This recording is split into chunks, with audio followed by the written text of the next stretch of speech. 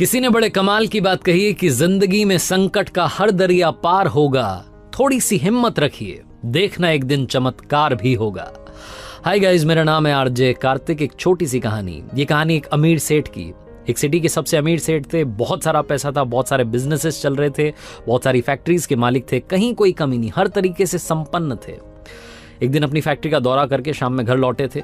बड़ा सा बंगला, आलीशान बंगला। अंदर पहुंचे तो देखा कि घर वाले सारे लोग जो थे पूजा पाठ कर रहे थे, शाम की आरती चल रही थी। सेठ जी को भगवान से थोड़ी डिस्टेंस बनाने में मजा आता था। वो नास्तिक टाइप के थे, वो दूर रहते थे। अपने कमरे में चुपचाप चले गए, जाकर के अपना हिसाब किताब करने लगे, एनालाइज करने लगे क्या सही हुआ क्या गलत हुआ। नौकर को बुला करके कहा कि एक कप कॉफी लेकर के आ जाओ।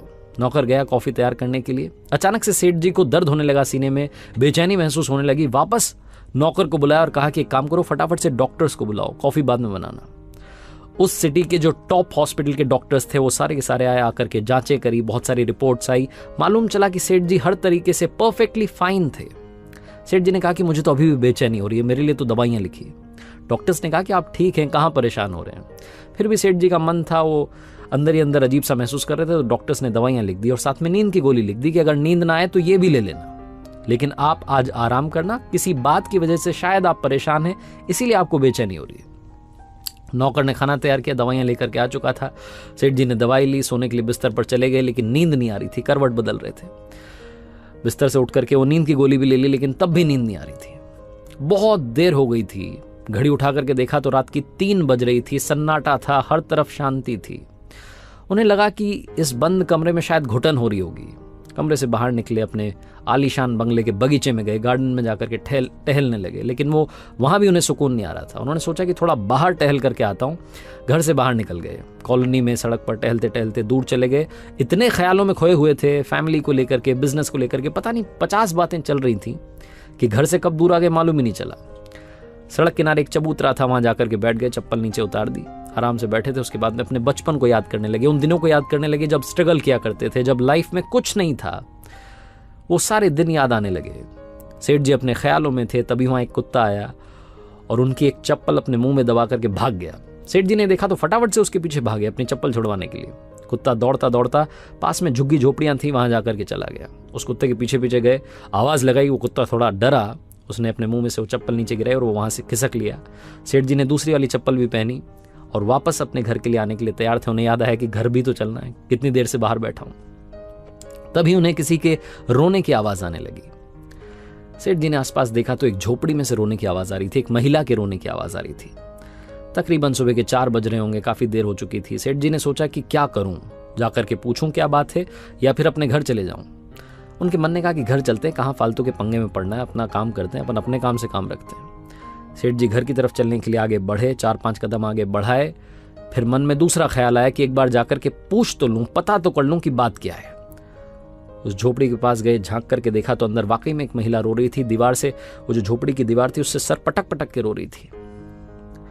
सेठ जी ने हिम्मत करके दरवाजा खटखटाया। उस महिला ने दरवाजा खोला। सेठ जी ने सबसे पहले तो कहा कि बहन जी माफ करना, गलत मत सोचना, मैं बस यहाँ से गुजर रहा था, मुझे आपके रोने की आवाज आई। क्यों रो रही हैं आप, क्या बात है, क्यों परेशान हैं? तो उस महिला ने बताया कि बाबूजी क्या बताऊं, यहाँ पर आप देखिए मेरी 7 साल की बच्ची है, सोई हुई है जमीन पर, ये बीमार है। डॉक्टर्स कह रहे हैं कि इसके ऑपरेशन के लिए बड़ा खर्चा होगा, लेकिन कोई मुझे पैसे नहीं दे रहा है, मदद करने के लिए तैयार नहीं है। सेठ जी ने कहा तो इसमें रोने से क्या होगा, रोने से आपको थोड़ा ना पैसा मिल जाएगा, रोने से कोई थोड़ा ना आपकी मदद कर देगा। और ये सुबह सुबह क्या रो रही हैं आप, इससे कुछ नहीं होने वाला। आपको मदद मांगनी है तो जहां आप काम करती है, कहाँ आप काम करती हैं? तो उस महिला ने बताया कि मैं तो घर घर जाकर के झाड़ू पोछा करती हूँ। तो सेठ जी ने कहा कि उनसे मदद मांग लेती है, रोने से कुछ नहीं होने वाला। तो उस महिला ने कहा कि रो तो इसलिए रही थी क्योंकि कल एक बाबा जी यहाँ से निकले थे। उन्होंने कहा था कि बेटा सुबह 4 बजे कल रोना शुरू करना और ऊपर वाले को याद करना, लगातार प्रार्थना करना, देखना चमत्कार होगा। इसलिए मैं रो रही थी कि शायद वो बाबा जी की बात सच हो जाए, शायद ऊपर वाला मेरी सुन ले। सेठ जी ने जब ये सुना तो उनका दिल पिघल गया। उन्होंने फटाफट से कॉल किया, एम्बुलेंस आई, डॉक्टर्स को कॉल कर दिया कि इस बच्ची का ऑपरेशन होना है, जितना खर्चा होना है वो सब आप मुझसे लेना, आप इस बच्ची को ठीक कर दो, स्वस्थ कर दो। और उस महिला को कहा कि आप कल से ही मेरे यहाँ पर आकर के नौकरी शुरू कीजिए, मेरे पास बहुत सारी फैक्ट्रीज हैं, आपको जहां काम करना है वहां काम करना। उस महिला के रहने के लिए अपना सर्वेंट क्वार्टर भी दे दिया। सेठ जी की जो बेचैनी थी वो तो उसी वक्त खत्म हो गई थी जब उन्होंने एम्बुलेंस को कॉल किया था, डॉक्टर से बात की थी। लेकिन मन में एक शंका थी, एक डाउट था जो लगातार चल रहा था। सेठ जी सोचने लगे कि मैं ऊपर वाले से इतनी डिस्टेंस रखता हूँ, नास्तिक हूँ, मुझे मतलब ही नहीं है, लेकिन क्या वाकई में ऊपर वाला है? ये क्या चक्कर है कि वो बाबा जी ने कहा कि 4 बजे रोना शुरू करना, मैं वहां पर किस्मत से पहुंच गया और उस महिला की मैंने मदद कर दी। सेठ जी के मन में 50 ख्याल आने लगे। फिर दूसरा ख्याल आया कि अगर वाकई में ऊपर वाला है तो हम ये नीचे वाले जो लोग हैं ये क्यों लड़ रहे हैं, वो क्यों हमें लड़ा रहा है धर्म के नाम पर, जात पात के नाम पर। उस महिला से ना तो मैंने जाति पूछी, ना उसने मेरी जाति पूछी, ना हमने एक दूसरे की जाति पूछी, ऊपर वाले ने भी हमारी जात पात के बारे में नहीं सोचा, बस मुझे जरिया बना करके वहां भेज दिया। सेठ जी को उस दिन समझ में आया कि लाइफ में वो काम में बड़ा विश्वास रखते थे कि कर्म किए जाओ, वो काम करेंगे तो रिजल्ट मिलेगा, काम करेंगे रिजल्ट मिलेगा। उस दिन एक और बात समझ में आई कि काम के साथ साथ, वर्कaholic होने के साथ साथ दूसरों की मदद करना, वो ह्यूमैनिटी का भाव रखना भी बहुत जरूरी है। सेठ जी को उस दिन समझ में आया कि जब मैंने किसी की मदद करी तो मुझे सुकून मिला, वो जो अंदर की बेचैनी थी वो खत्म हो गई। दुनिया में ऊपर वाले ने सिर्फ एक धर्म बनाया जिसे ह्यूमैनिटी कहते हैं, मानवता कहते हैं, इंसानियत कहते हैं। ये कहानी काफी कुछ सिखाती है। पहली बात तो सिखाती है कि अगर आप भरोसा रखेंगे तो चमत्कार जरूर होगा। दूसरी बात सिखाती है कि जिंदगी में एक दूसरे की मदद करते चलेंगे तो आपकी मदद अपने आप ऊपर वाला करेगा। और तीसरी सबसे बड़ी बात सिखाती है कि जिंदगी में ज्ञान बांटने से हमेशा कुछ नहीं होता, मुस्कान भी बांटना जरूरी होती है।